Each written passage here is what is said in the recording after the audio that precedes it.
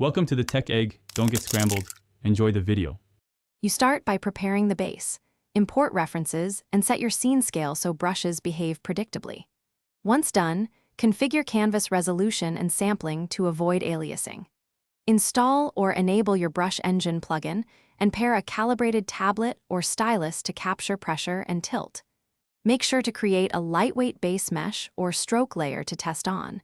This prevents wasted time on high poly models. Begin with a simple default brush and change one parameter at a time to observe tangible effects. Now design the brush behavior by shaping the tip and controlling spacing for continuous strokes. Modify jitter and scatter to introduce natural variation. Then map tablet pressure and tilt to size, opacity, and flow so strokes respond to your hand.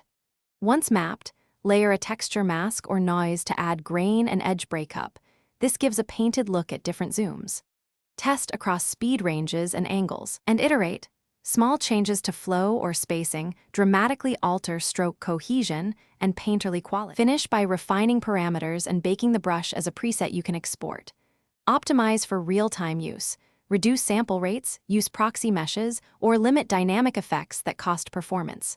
Once saved, test the brush on varied surfaces and lighting to confirm consistent behavior.